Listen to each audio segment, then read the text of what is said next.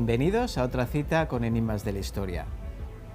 En nuestra búsqueda por intentar sorprenderles, a veces tropezamos, afortunadamente, casi sin querer, con temas o personajes fascinantes.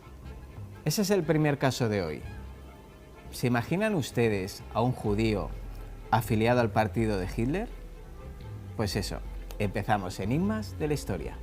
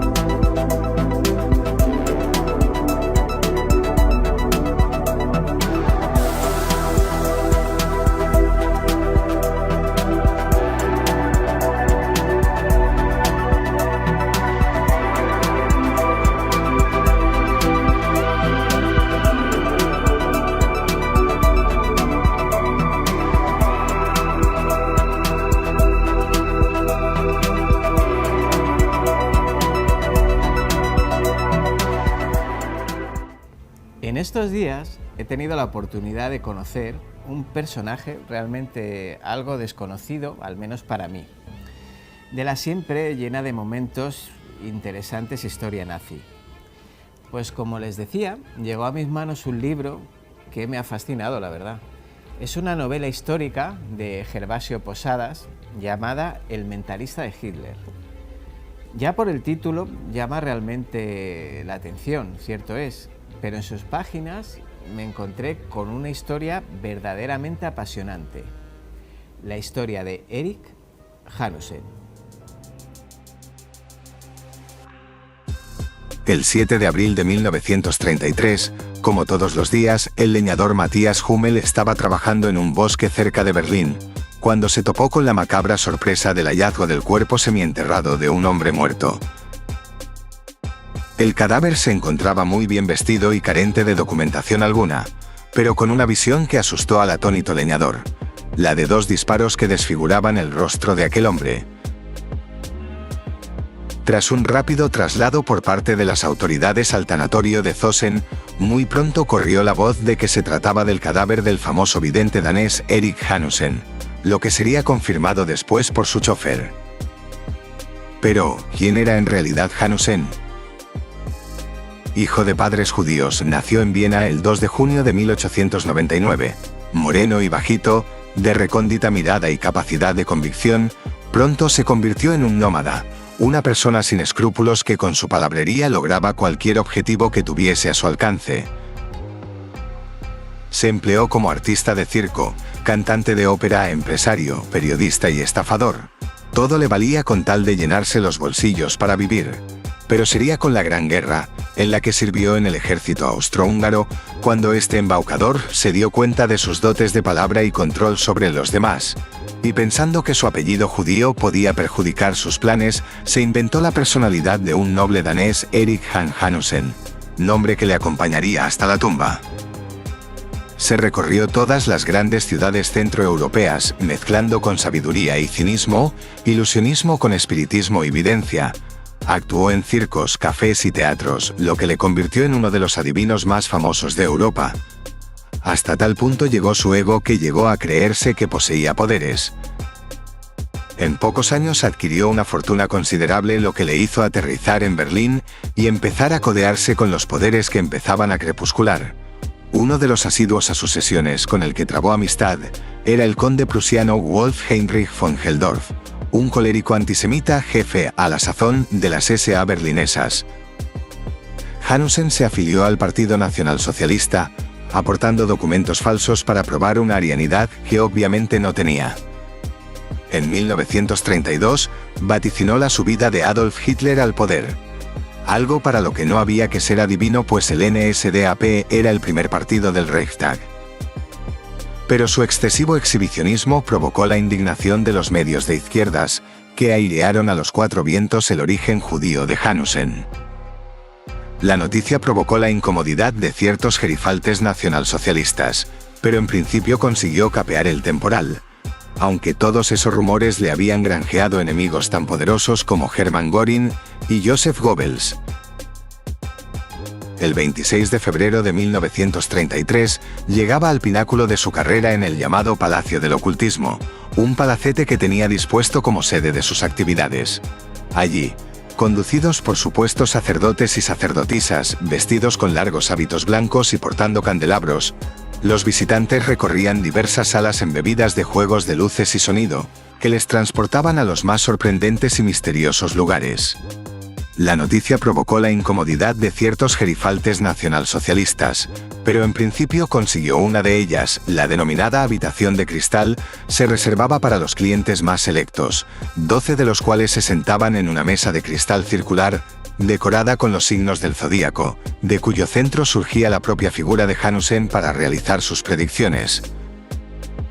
Aquel día, con su amigo, el conde Heldorf presente, y utilizando a la actriz María Paudler como medium, el vidente predijo lo siguiente: se producirá un incendio y un gran edificio se consumirá entre llamas.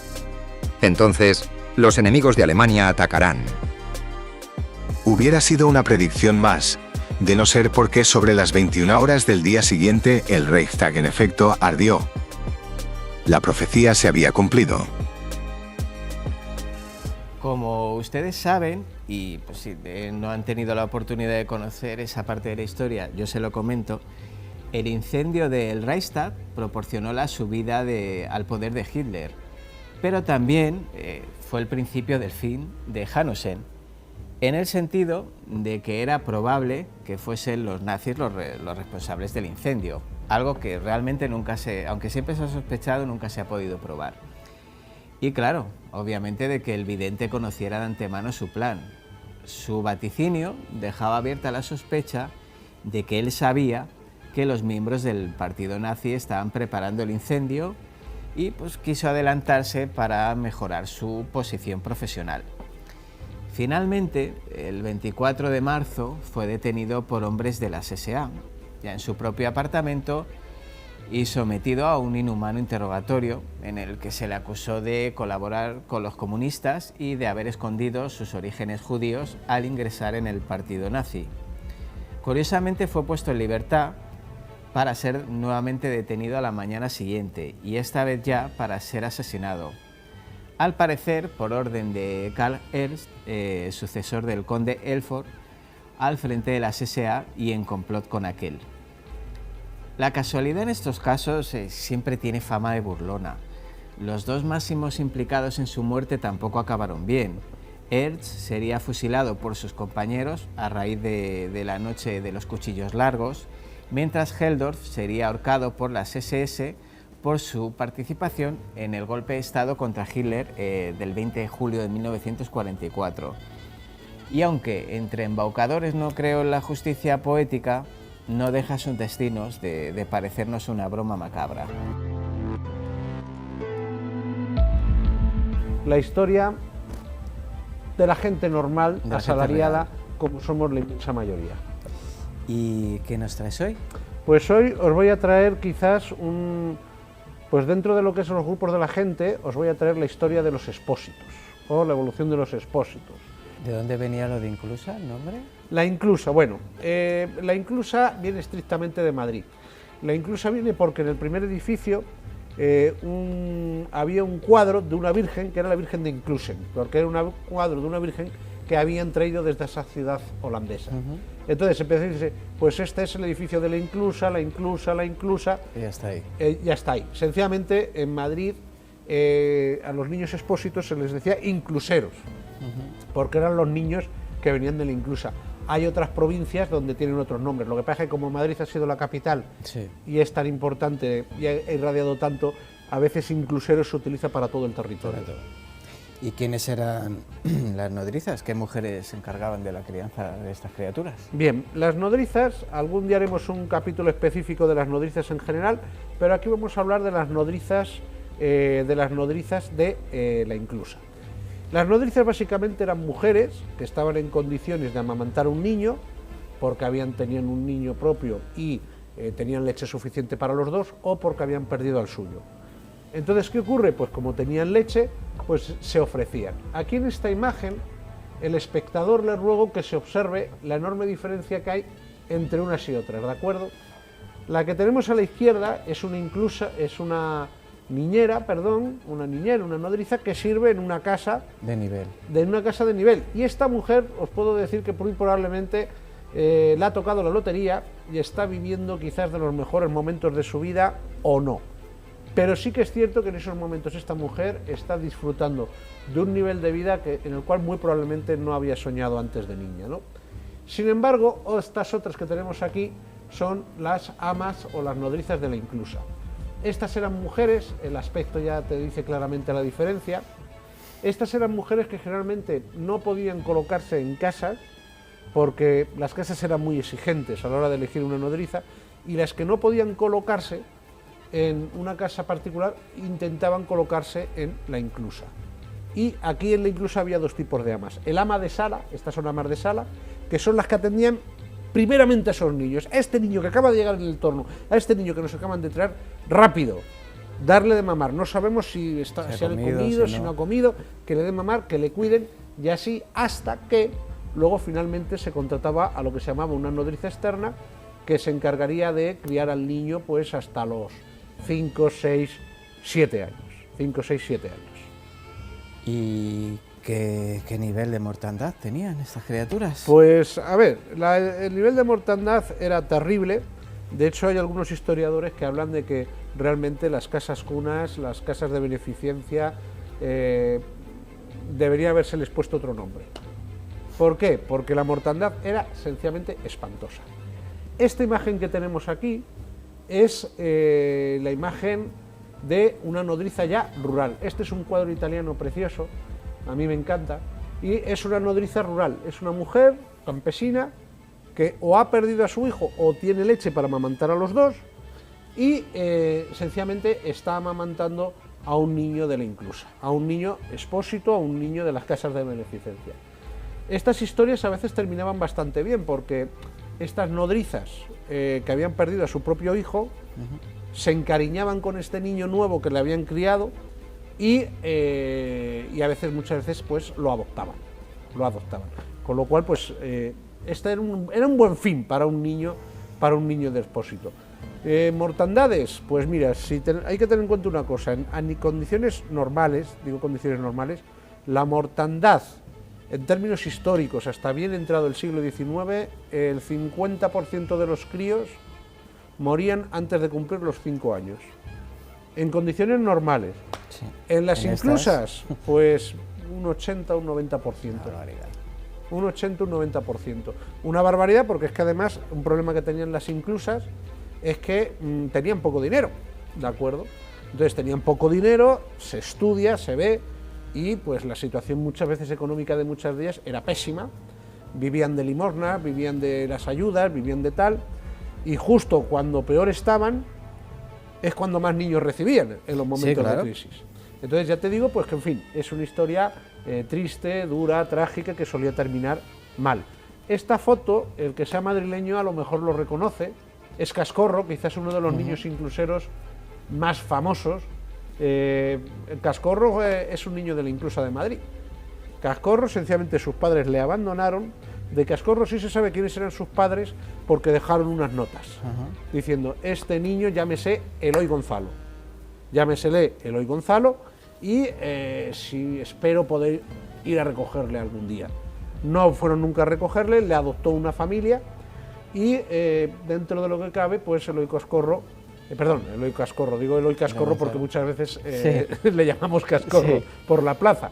A Eloy Gonzalo, pues bueno, llegó a alcanzar la vida adulta, que no era mal objetivo para un expósito. Sí, eso te iba a preguntar. ¿Y una vez que se terminaba ya el periodo de lactancia? Bien, pues una vez que se había terminado el periodo de lactancia, la nodriza rural volvía a la casa cuna, casa de misericordia, inclusa casa de expósitos, la que fuera, y hacía entrega del niño. Y aquí ya pues tenemos variantes según las zonas. ¿Por qué? Porque cada una de estas casas se organizaba de formas distintas. Había casas que dependían de una cofradía, había casas que dependían de ayuntamientos, había casas que dependían de un obispado, etcétera, etcétera, etcétera, eran muy variados. pero por centrarnos en el caso de Madrid, que es el más conocido, a los niños les entregaban al Colegio de los Desamparados. Evidentemente el nombre no puede estar mejor puesto. Ahí estos niños, pues bueno, se les daba una formación, se les intentaba enseñar un oficio, estaban disponibles para la adopción y se les intentaba también, pues por ejemplo, si acudía algún artesano, decía, oiga, pues yo quiero un aprendiz, mira, tenemos estos niños, ¿te interesa alguno? Y se intentaba darles una salida. A los 20 años, en todo caso, alcanzaban la mayoría de edad y pues ahí ya era, muchacho, ahí tienes el mundo. Todo tuyo. Todo tuyo. ¿Y las niñas? Las niñas, en el caso de las niñas de Madrid, iban al Colegio de la Paz.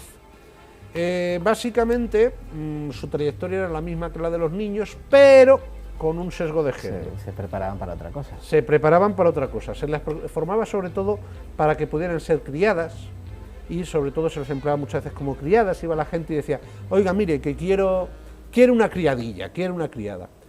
Y se las contrataba como criadas. También podía ocurrir perfectamente que un hombre soltero quería una mujer y iba al colegio y decía, oiga, quiero casarme con alguna. Y aunque esto a nosotros hoy día nos puede parecer repugnante, esa opción estaba abierta. Sí. Entonces, resulta que se hacían algunas pequeñas averiguaciones, porque dentro de lo que cabe no querían entregar las niñas a cualquiera y no querían tampoco entregar a los niños a cualquiera.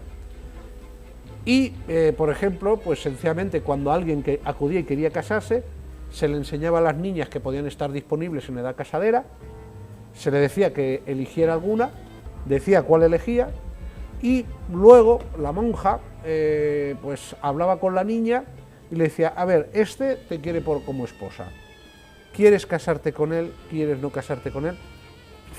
En teoría no se podía obligar a las niñas a que dijeran que sí, ¿de acuerdo? En teoría. Al final es un cambio de suerte en la vida. Sí, era un cambio de suerte y era pues por procurarla. A ver, lo mismo podías encontrarte un hombre bueno o podías encontrarte un canalla, Un cafre, sí. que lo que quería era sencillamente una criada, etcétera. Por ejemplo, Blasco Ibáñez en una de las grandes obras suyas que tiene, que es se me ha ido el nombre, qué vergüenza.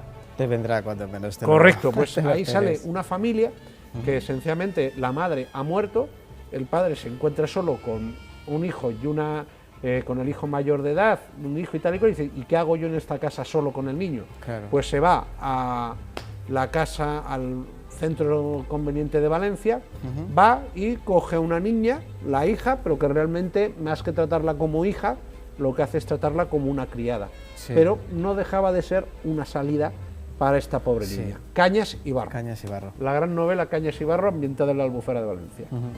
Por cierto, estuve viendo hace poco donde se rodó la serie. ¡Ah! ¡Gran serie! Una maravilla, de To- zona. Yo no lo conocía, que perdone los valencianos mi ignorancia, pero es una maravilla. aquello, Valencia es una maravilla. Pero lo que es la Albufera es maravilloso. Total. Y muy religioso todo, ¿no? A ver, era muy religioso porque sobre todo eran instituciones religiosas las que se encargaban de esto. Pero es que es normal, era la Iglesia la que tenía bienes y la que tenía órdenes religiosas en cuyos objetivos iniciales era esto, ¿de acuerdo? Y menos mal porque alguien se encargase de ellos. Sí, hombre, es que si no, al final... Si no eran niños, pues que no se iban a dar. De hecho, fíjate tú, hay un problema y es que cuando... esto no te pensaba citar, pero en el siglo XIX, cuando se produce la desamortización, para el espectador, básicamente el Estado dijo, vamos a ver, la Iglesia tiene demasiados bienes, hay que acabar con esto, y a la Iglesia se le arrebataron casi todos sus bienes inmuebles y muchísimos bienes varios, ¿no? Vale, pues esto, a ver, un historiador de la economía te dirá, había que hacerlo, y yo te digo que había que hacerlo porque esos bienes realmente la inmensa mayoría están mal administrados. El problema está en que con esos bienes se alimentaban muchos de estos establecimientos, muchas de estas instituciones, y honestamente la desamortización supuso la destrucción de las pocas sistemas de protección social que había heredadas del siglo XVIII y principios del siglo XIX. Fue un desastre Imagino. para muchas de estas criaturas, evidentemente. Lo que me di cuenta como cada vez que vienes, es que rompemos muchos mitos, muchos mitos y creencias pues, sobre la Inquisición, perdón, sobre la Inquisición, sobre la Iglesia. Es importante saber que estamos aquí para decir lo que pasó. Entonces nosotros nos dejamos de políticas, nos dejamos de creencias populares y de condenar. Nosotros decimos las cosas tal y como pasaron en la historia. Entonces yo recomiendo a la gente que reflexione, piense y analice en qué época sucede cada cosa y por qué sucede cada cosa y quién se encargó de cada cosa. Porque sí es cierto que tendemos a demonizar a la Iglesia, demonizar a la Inquisición. Somos muy cainitas en España, eso lo sabemos todos. Y es importante saber que igual que se han hecho cosas mal, se han hecho muchas cosas bien y que la Iglesia, nos guste o no nos guste, es protectora de la mayor parte de la historia de nuestro país. O sea, al final, tanto de documentación como de actos y de hechos, nos guste o no nos guste, no hablo de la Iglesia actual, porque la Iglesia actual no sé cómo funciona, ni me preocupa, la estudiaré dentro de 30 años, porque yo soy así. Cuando sea historia, la estudiaré. Pero es importante que la gente sepa de verdad la historia. Sí. Y que si no hubiera existido la Iglesia, si no hubieran existido estas monjas, quizá no hubiera habido ninguna asociación que se encargase de estas criaturas. También podía haberlas habido porque las hubo, ¿de acuerdo? Por ejemplo, la inclusa madrileña se llamaba realmente Real Casa Inclusa de Madrid. ¿Por qué? Porque presuntamente estaba bajo la protección de la familia real, no con mucha algarabía, no con mucha atención. También, por ejemplo, la inclusa madrileña estuvo durante un tiempo bajo, viendo que la administración era tan pésima, a finales del siglo XVIII, la Junta de Damas de la Sociedad Económica de Amigos del País dijeron, oye, dárnosla a nosotras y nosotras la administramos. Con un altruismo enternecedor. Evidentemente, ¿no? Entonces, ¿qué ocurre? Pues cuando uno se acerca a la historia y la historia de los expósitos, de todos estos niños, te podrás encontrar con variantes provinciales que son importantes, pero que básicamente son las mismas. Yo ahí también, pues bueno, por terminar, comentaré que yo los expósitos, el apellido Expósito, se consideraba infamante, porque hay que tener en cuenta que estos niños tenían un serio problema, y es que habían sido abandonados y muchas veces se pensaba que las culpas de los padres eran de los hijos, y que los hijos heredaban la culpa de los padres. Entonces, en 1956, por ley, se prohibió volver a poner a nadie el apellido Expósito o apellidos que mostrasen era un origen, estigma. Efectivamente, porque era un estigma, e incluso se dio la oportunidad, todavía legalmente reconocida, si alguien se apellida Expósito, de cambiarse el apellido. En España ahora mismo creo que hay, hablo de memoria, unos 72.000 personas que se apellidan Expósito. Pero ojo, yo a los expósitos les digo una cosa: tenéis un apellido que demuestra que sois de otra pasta. Supervivientes natos, y además te digo una cosa, habéis sobrevivido, lo que demostréis es que sois gente que habéis sobrevivido a circunstancias espantosas, y con lo cual solo os digo que vosotros tenéis una herencia genética que estoy casi convencido de que os va a permitir salir adelante, pase lo que pase. Pues con ese mensaje nos quedamos, Antonio. Muy bien. Te veo en 2 semanas. Pues dentro de 2 semanas nos veremos. Pues muchas gracias por venir y nos vemos muy prontito. Igualmente, Roberto, nos vemos.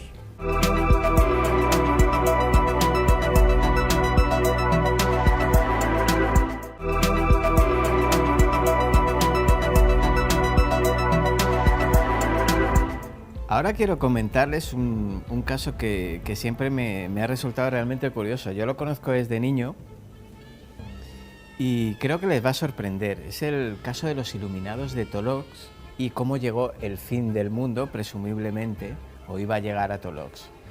Tolox es un pequeño pueblo malagueño ubicado en la Sierra de las Nieves, y en el año 1886 vivió un extraño suceso de fanatismo religioso que algunos expertos han documentado como el primer intento de suicidio colectivo registrado en España. Apariciones, personajes extravagantes, rituales, hogueras y hasta un juicio. Pues estos son los ingredientes de uno de los misterios más enigmáticos y emocionantes de nuestro país. La noche entre el 21 y 22 de marzo del mencionado año, 1886, se produjo un grave suceso en la localidad malagueña de Tolox, que fue considerado como el primer intento de suicidio colectivo en España.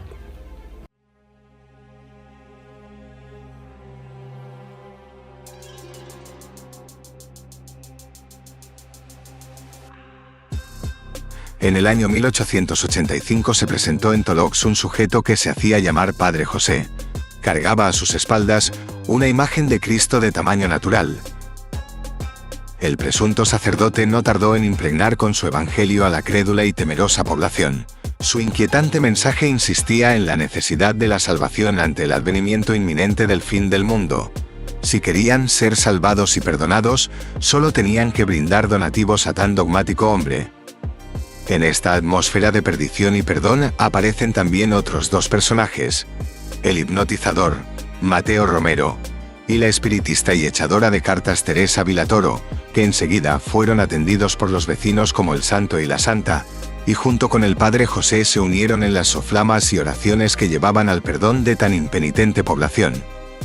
Según los testimonios de época, el Padre José, mientras el pueblo rezaba reunido, entraba en trance y comenzaba a divulgar los mensajes que la Virgen María y Jesús le dictaban. Poco a poco, sus mensajes fueron entrando en el corazón de las buenas personas de Tolox, que ante el temor de un inminente apocalipsis empezaron a rezar diariamente en sus casas pidiendo ser ellos los elegidos para la salvación. Con el tiempo empezaron a destacar entre los habitantes del pueblo un grupo de beatas a las que se denominó las 4 columnas, entre las que destacaba Micaela Merchán, mujer que acabaría teniendo un papel notorio en los sucesos. Ese grupo de mujeres afirmaba recibir en sus casas una serie de cartas, supuestamente enviadas por Santa Teresa, cuyos mensajes apocalípticos difundían por el pueblo mediante habladurías. Pero transcurridos 6 meses, en agosto, como ha quedado documentado en los archivos del expediente, ocurrió algo que cambió el rumbo de los iluminados. Miguel Soto Martín, conocido como El Pilonso, un jornalero de 24 años natural de Tolox, aseguró haberse encontrado en un camino con el niño Jesús, a quien identificó como el niño de la bola, y quien casualmente también anunció la llegada de importantes acontecimientos. Ante la noticia transmitida por el jornalero, su padre acudió al lugar de los hechos y aseguró haber encontrado a una señora vestida con un manto marrón de luto, que también realizó los mismos presagios sobre el fin de los tiempos, y que le rogó que en compañía de otros vecinos, provistos de velas, acudieran al cementerio a rezar. La experiencia de Miguel Soto fue tomada por sus compañeros de oraciones como la señal definitiva de que la llegada del juicio final era inminente. La presunta Virgen también rogó que acudieran a uno de los vecinos más ricos del pueblo para que le pidieran un reloj de oro como ofrenda. El propietario de la joya se negó y no dudó en montar un auténtico escándalo que, al parecer, fue el motivo de la huida de Tolox del Padre José, que terminó refugiándose en el lugar donde más tarde se desencadenaron los hechos relacionados con los iluminados. Poco después, la ya citada Micaela Merchán hace público que en la noche del 23 de marzo llegaría el fin del mundo, por lo que citó a los integrantes de esta especie de secta, unos 25 vecinos, a reunirse en un lugar situado junto al río Verde, con el objetivo de poner fin a su vida, tras lo que recibirían un maná celestial que les permitiría no tener que trabajar nunca más. Todos allí debían quemar y abandonar sus pertenencias, incluso sus ropas, pues ante Dios y para alcanzar el cielo, había que comparecer desnudos. Poseídos por el burdo fanatismo, bailaron alrededor del fuego. Entablaron ritos y rezos. Tras consumir hierbas alucinógenas, prendieron fuego a las chozas de la propiedad del esposo de Micaela Merchán. Quemaron algunos animales domésticos y llegaron a infligirse castigos corporales, que motivaron la aparición de lesiones en algunos de los partícipes de tal siniestra asamblea, en la que incluso alguno intentó arrancarse la piel a jirones.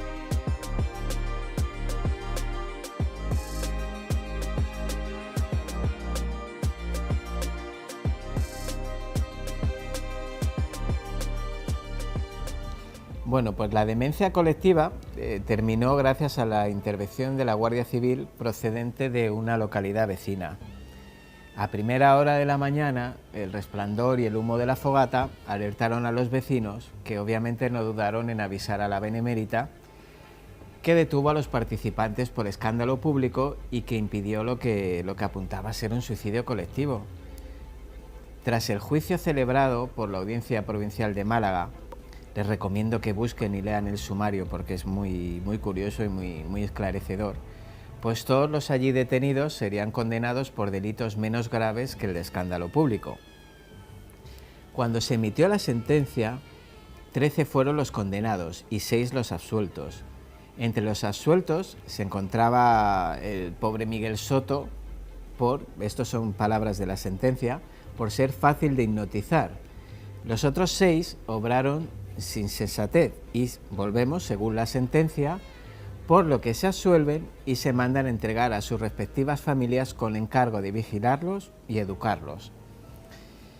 Micaela Merchán fue responsable del delito de lesiones únicamente. ¿Y el padre José? Pues del padre José nunca más se supo.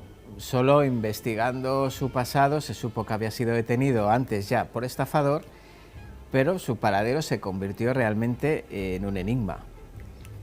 Hoy nos visita en el plató de enigmas de la historia Johnny BL. Johnny BL es el escritor de este libro que tengo aquí, Actos macabros de la historia. Es una lectura amena y amenazadora, un viaje a través del tiempo en busca del origen de la maldad humana. Bienvenido, Johnny. ¿Qué tal? ¿Cómo estás? Pues hola, muy buenas, Roberto, y buenas oyentes y familia de Enigmas de la Historia. Pues muy bien, sí. Encantado de estar aquí un ratito hablando con vosotros sobre esos temas oscuros y macabros sobre los que hay que hablar en voz muy bajita. Bueno, ¿cómo se te ocurre este libro? ¿De dónde te viene esta afición? A ver, realmente yo siempre he sido un amante del terror, del oscuro, de lo macabro, de lo truculento. Yo creo que me viene de pequeño, cuando veía esas películas, ¿no?, de terror que no eran aptas para mí o para niños, pero yo creo que todos, cuanto más o menos, nos las hemos agenciado para ver ese tipo de cine.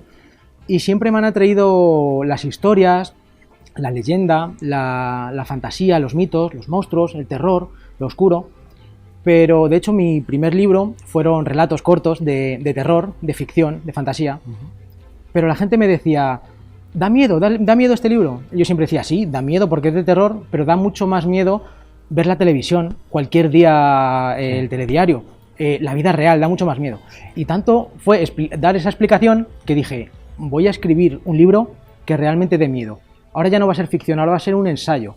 Y voy a hablar de actos macabros en la historia de la humanidad, en este caso.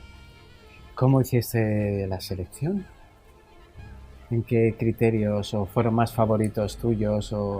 No, realmente la premisa o el punto de partida fue... Este libro lo escribí el primero salió hace 2 años, en el 2022.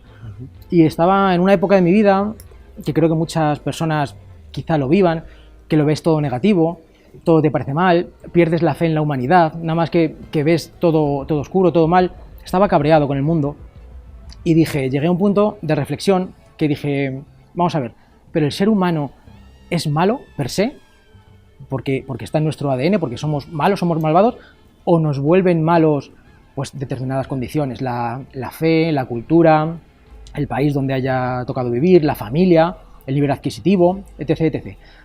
Y ahí se me ocurrió la idea, el germen, de hacer este libro y decir, voy a irme desde la prehistoria hasta el presente y voy a irme por los 5 continentes. Voy a ir recopilando historias de todo el globo, de todos los acontecimientos que yo creo que han sido importantes, de todas las culturas, y me lo he tomado como un viaje personal para descubrir yo en mí mismo si el ser humano es malo o nos volvemos malos, o quizá no, o quizá estoy equivocado.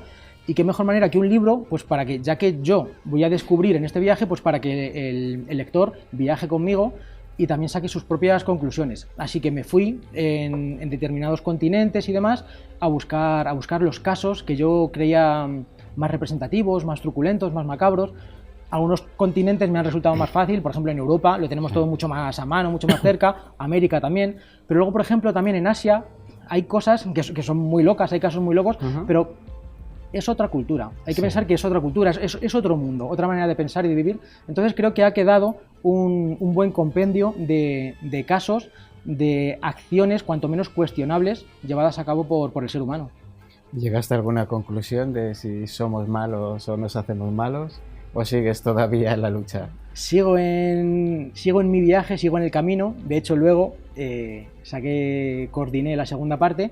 Pero es algo muy curioso que me decía la gente, porque cuando abro el libro, en los primeros compases, doy por hecho que somos malos. Somos malos. Porque sí, porque el ser humano es así. Y ahora voy a investigar. De hecho, abro con dos reflexiones de dos pensadores, de Rousseau y Maquiavelo. Sí. 200 años le separan en el tiempo, pero uno aseveraba que el ser humano es bueno, salvo que las sociedades le corrompen. Y sin en cambio Maquiavelo dice que el ser humano es malo, salvo cuando necesita ser bueno.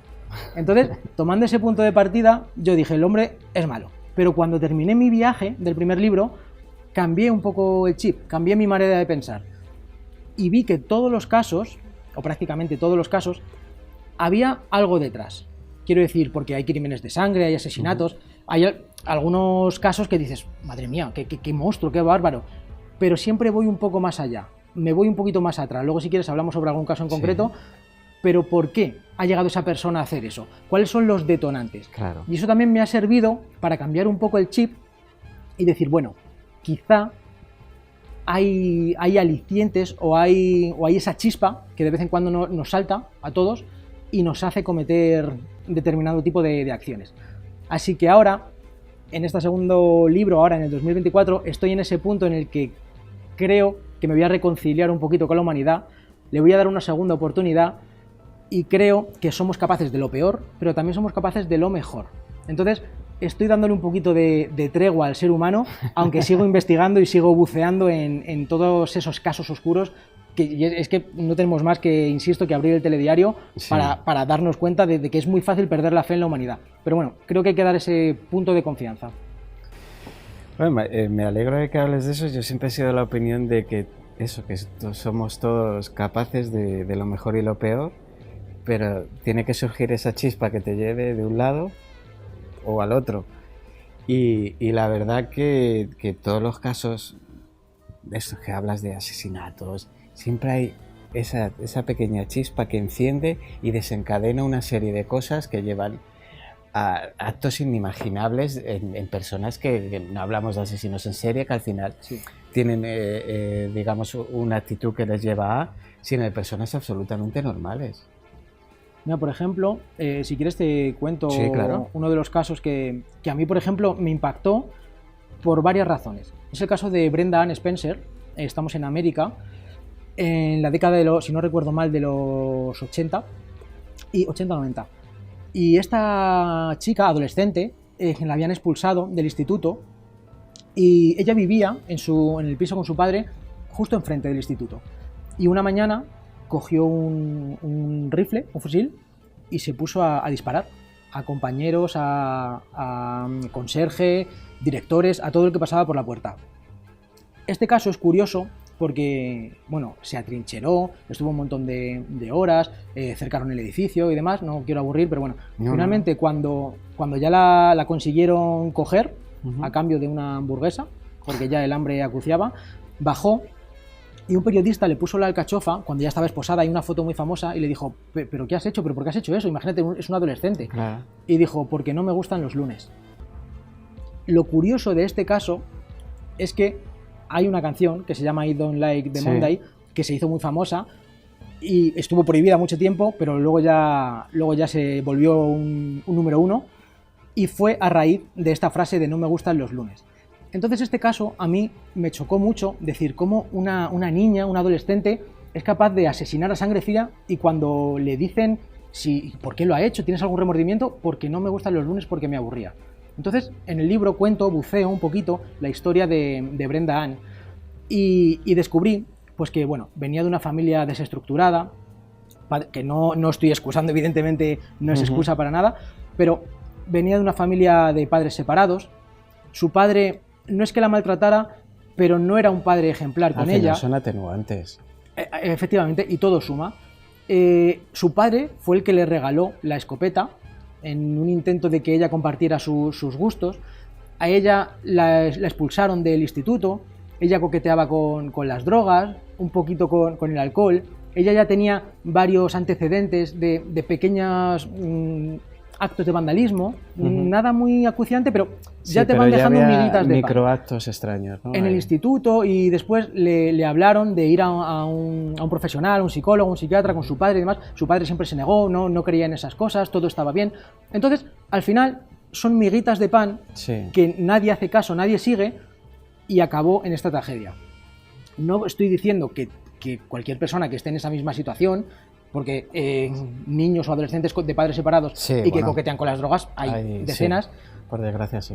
Pero quizá conocer este tipo de historias venga bien para que nos salte una alerta, una alarma. Sí, decir, para ojo, ir reconociendo los destellos, por lo menos. Exactamente, y decir, cuidado, que no sabemos, y menos en la mente de un adolescente, que está para arriba y para abajo, cómo podemos reaccionar o ver esas señales, esas alarmas que nos da la gente en muchas ocasiones. De todas formas, a tenor de lo que dices, de todas formas, que Estados Unidos es una sociedad muy competitiva y muy paranoica, y el tener acceso a las armas la hace a muchísimos adolescentes, sobre todo porque todos los años hay casos en Estados Unidos de adolescentes que cogen armas, se van al instituto y hacen una matanza prácticamente todos los años. Me viene a la cabeza lo de Columbine, por ejemplo, que también fue brutal. Y es que ese acceso a las armas, porque no vamos a pensar que allí están más locos que en Europa. O sea, locos estamos todos, locos y cuerdos estamos en todos los países del mundo, no se estará de acuerdo. Pero el acceso a las armas... Es un debate que está, y de hecho cada 3-4 meses vemos algo en las noticias. Sobre todo ahora que vienen elecciones. Sí, y siempre se reabre el debate, armas sí, armas no. Lo que pasa es que la sociedad americana, sobre todo en la América profunda, lo tienen muy interiorizado, lo llevan muy a su bandera. Defensa. Es muy suyo. Pero luego, claro, vemos todo este tipo de cosas. También a mí me gusta mucho hablar de psicología, de un poquito de la mente humana, y está el síndrome de Amok, que se da sobre todo en adolescentes o en chavales que están sufriendo acoso, sufriendo bullying, maltrato psicológico sobre todo, y lo van aguantando. Y el síndrome de Amok estalla o explota cuando hablando coloquialmente, cuando se les va la pinza. Claro. Y claro, allí tienen a mano un arma, una granada, y tienen esa mentalidad que es su día a día. Y lo que dice el síndrome de Amok es que una vez que ya no ve, que se le ciega, no va a por el que le ha estado haciendo acoso, maltrato. Ya no, le da igual. Va a por todo. Hay mucha gente, sobre todo de personalidad débil, o que no sean tan fuertes, que están condenados o a salir por la tangente y liarla, o también tristemente, y eso también lo hemos visto en España, al suicidio. Sí. Hay muchos adolescentes que acaban suicidándose, y es una maldita pena que no quieran ni siquiera ir al instituto por no encontrarse con esa gente que les maltrata psicológicamente cada día. Aquí parece que ya estamos poniendo un poco de medios, estamos poniendo énfasis en eso para captarlo, porque estamos viendo que es una lacra, y hay muchas personas que... Claro. Es que han aquí estamos viendo un problema, pero allí, por ejemplo, y lo sé por conocidos que tengo que viven allí, lo consideran una debilidad mental de la persona. O sea, no consideran que sea un problema en conjunto de la sociedad que vivimos, que es así de, esto se emite tarde, de cabrona, sino de que es debilidad mental del individuo. No, perdona, es un problema de la sociedad, de que la sociedad maltrata al que considera más débil.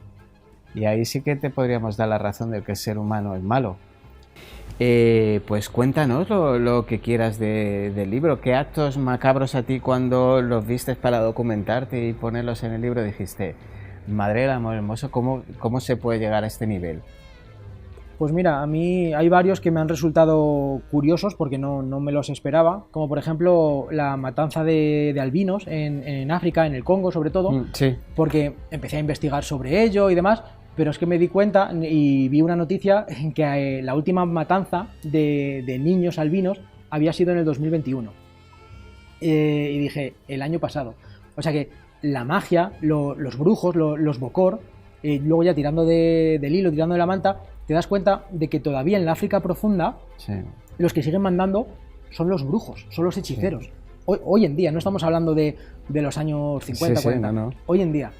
Y todavía hay un pensamiento mágico que el pensamiento mágico el hombre nunca lo ha perdido.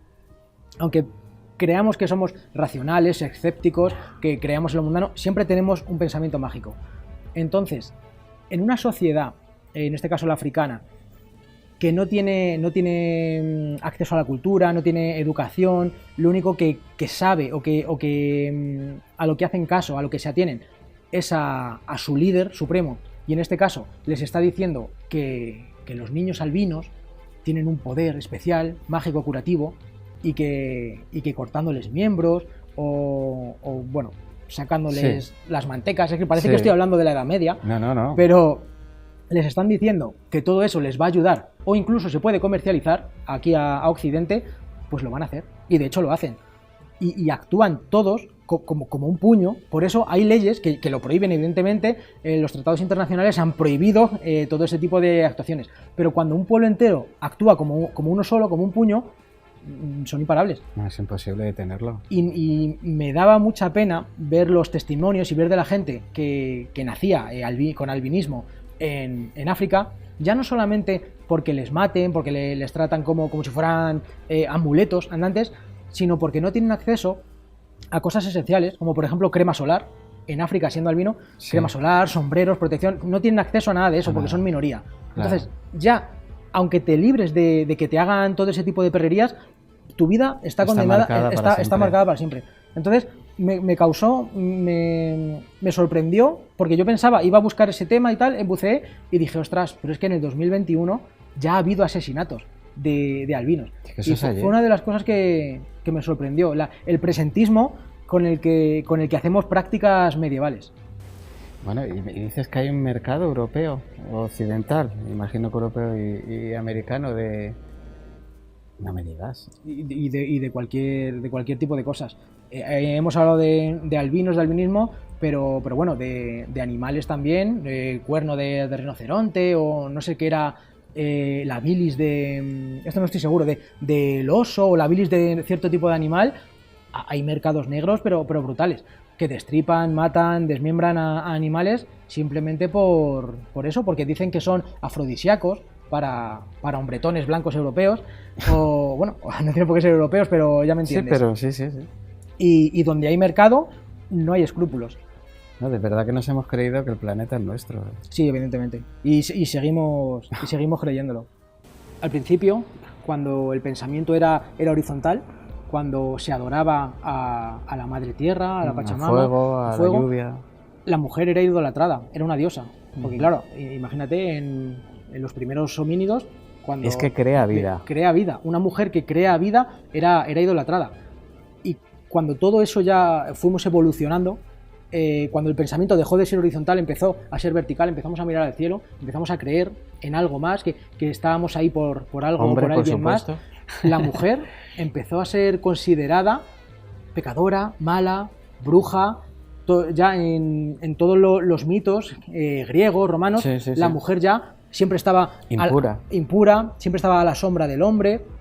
Cualquier mujer que sobresalía era por su vileza, o eran magas o eran brujas, y ya desde ahí empezamos a denostar a las mujeres, y bueno, creo que hasta día de hoy siempre así seguimos, evidentemente. Es una lucha que no terminará nunca. Yo tiendo a ser una persona muy optimista siempre, pero soy consciente de que es una lucha que no terminará nunca, porque escuchas a gente decir ciertas barbaridades que, bueno, mejor no reproduzcamos porque nos metemos en temas trending topic de política. Bueno, pasamos de este primer Actos Macabros de la Historia, que estoy deseando leérmelo, ya te lo digo, a este segundo, Más Actos Macabros en la Historia, que pones de la contraportada, es malvado ser humano por naturaleza, lo que hemos estado hablando, y si nos volvemos más malos, pues por donde nacemos, pues por la crianza que tenemos, etcétera, etcétera. Pero esto ya es un libro diferente, ¿no? Claro. En el primer libro gustó mucho, la gente me dijo que le había gustado, le había reflexionado, le había dado que pensar, pero yo no dejaba de pensar que este había sido mi punto de vista. Yo he investigado todo eso, yo tengo mi opinión, y quizá, aunque no lo quiera ver, estoy sesgado por ciertos aspectos, ha sido mi valoración y mi opinión.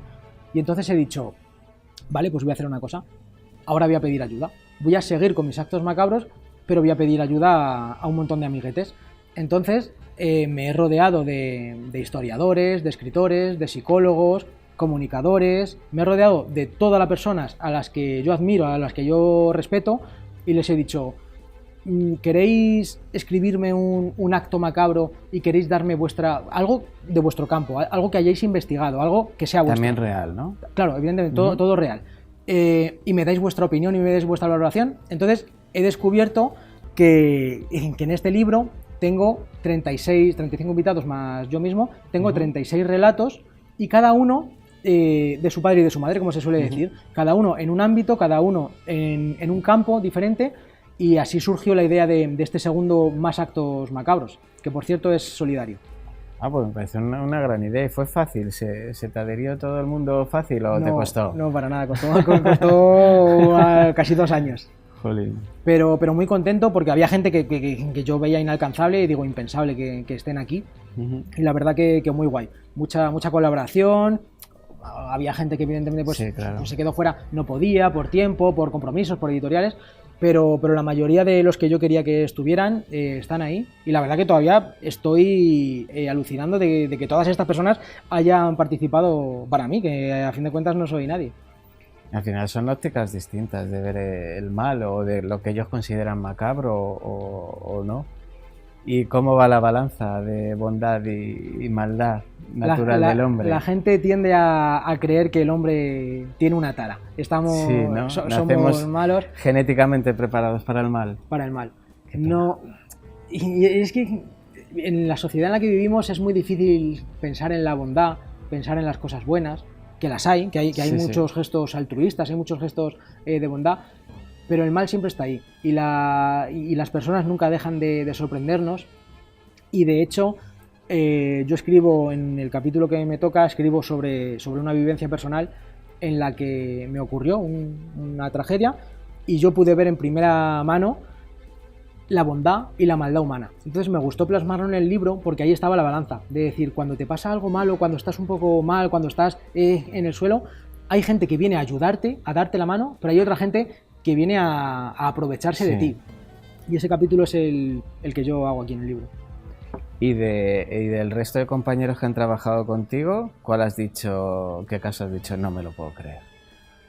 Pues Fernando Gómez, el escritor, trajo el caso de Issei Segawa, espero haberlo dicho bien, un japonés que asesinó a una chica en Francia, en París, residía en París. He dicho no me lo puedo creer por lo rocambolesco de la historia. Él era japonés y vivía en París, y mató a una chica. Él es el prototipo de asesino malo, malvado, vil y además caníbal. La mató, la descuartizó y se comió partes de ella. Le atraparon las autoridades por un vecino y demás, lo explica muy bien él, y le atraparon y le encarcelaron. Pero ¿qué pasa? Que le encarcelaron en París. Pero ¿qué pasa? Que su padre de él era un hombre poderoso, era un hombre con influencias. Entonces dijo que vale, su hijo lo había hecho mal, pero había que extraditarle a Japón. Craso error, porque en cuanto las autoridades francesas le extraditaron y le llevaron a Japón, al cabo de unos pocos meses, eso ya no se sabe si por influencias, por sobornos, vaya usted a saber. El caso es que al cabo de unos pocos meses el niño estaba en la calle. Bueno, el niño tenía 30 y tantos, sería de nuestra edad. Estaba en la calle. Y hay que ver también la sociedad japonesa en qué estaría pensando, que se convirtió en un rockstar. Iba por la calle y le paraba a la gente para hacerse fotos con él, para que le firmara autógrafos, para que le contara cómo había hecho lo que había hecho. Recordemos que mató, mutiló y se comió a un adolescente, a una persona. Escribió libros, fue a platós de televisión, e incluso participó en una vomitiva película porno en la que salía detrás de los actores con un cuchillo y un tenedor. O sea, le convirtieron en una caricatura, pero esa persona había matado a alguien. Entonces, y al final acabó muriendo de vejez, de la edad. Bueno, tenía una enfermedad, pero a los 70 y tantos años. Así que es un caso que cuando lo leí dije, pero ¿cómo hemos llegado a este punto, a este nivel? Pero date cuenta, en la sociedad en la que vivimos, vemos cualquier película de cine. El bueno es el bueno, pero el malo es el más guay, Sí. es el que mejores armas tiene, es el más chulo, es el que mejores flashes tiene. Bueno, Entonces, tienes la fascinación actual por el Joker. por el Joker, que es me el parece malo. un personajazo. Yo soy lector de cómics de toda la vida y el Joker es un personajazo. Pero luego ves en redes sociales mensajes optimistas con un psicópata asesino, la imagen Eso de un es. psicópata asesino como si fuera un tipo guay que sabe lo que es la vida. Eso es que Y parece, dices- que nos atraen los malos, Sí, como, sí. como que nos gustan más, ya desde el cine, desde la literatura, como que les ensalzamos, les ponemos mejor. Y a mí también me resulta muy curioso eso que dices de adolescentes, sobre todo, que mandan cartas en la cárcel Sí, a sí. asesinos, incluso se han llegado a casar con Sí, sí, con sí, algunos sí, de sí. ellos. Y tener hijos con ellos. Sí. Esa es la fascinación por el mal o el no ver más allá, el no ver lo que han hecho, o esa ceguera transitoria que a veces parece que tenemos. Pero mejor es que ser bueno en el mundo es más difícil que ser malo. Y menos gratificante. Menos gratificante. Sí. Al final, siendo malo, tienes esas satisfacciones al instante, porque como no tienes empatía por lo que te rodea, te da igual, lo coges, lo utilizas y lo tiras. Y ya has obtenido esa satisfacción. Pero en cambio, autocultivar tu bondad, ponerte en el lugar del otro es mucho más complejo, más laborioso. Es que quizá las pequeñas taras que tengamos nosotros, como la envidia, como pequeños actos de ira, son pequeñas taritas, pero que al final van desembocando en una maldad. O sea, si nos educan a que debemos ser o envidiosos, o a que tenemos Sí, que tener, sí. mi hijo tiene que tenerlo mejor. Competitivos. Sí, competitivos, lo que hablabas tú antes de la sociedad americana. Si tu hijo tiene el mío tiene que tenerlo más y Más. mejor. Y tú tienes que ser más todavía, más todavía. Quizá estamos sembrando algo que luego no queramos recoger. Seguro. Bueno, vamos a ir terminando la entrevista. Vamos a intentar terminar con un mensaje un poco optimista, que hemos sido muy... Lo más optimista es que los leáis los dos, ¿vale? El primero y el segundo, que os recuerdo que es sin ánimo de lucro ninguno, ¿vale? Y nada, recomendaros mucho Johnny. Johnny tiene redes sociales, si los quieres, para que te sigan y puedan ir viendo todas tus novedades. Pues mira, yo estoy como Johnny BL y si no como Radio Morgue. También hacemos ahí un podcast hablando de estos temas oscuros y macabros. Pues en cualquiera de las dos me podéis encontrar.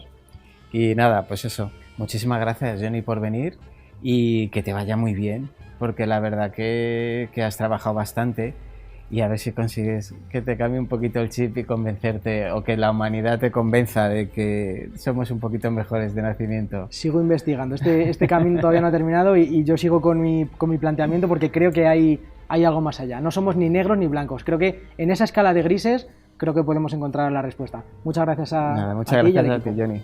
Y bueno, pues esto ha sido todo por hoy, por este programa. Les volvemos a dejar el correo como todas las semanas, por si quieren comunicarse con nosotros y pues, quieren mandarnos algún caso de su ciudad, de su pueblo, que les parezca curioso y que quieran que investiguemos un poquito. Y una vez más agradecerles su fidelidad, su complicidad y asegurarles que seguimos trabajando e investigando mucho más enigmas de la historia. Hasta la próxima semana.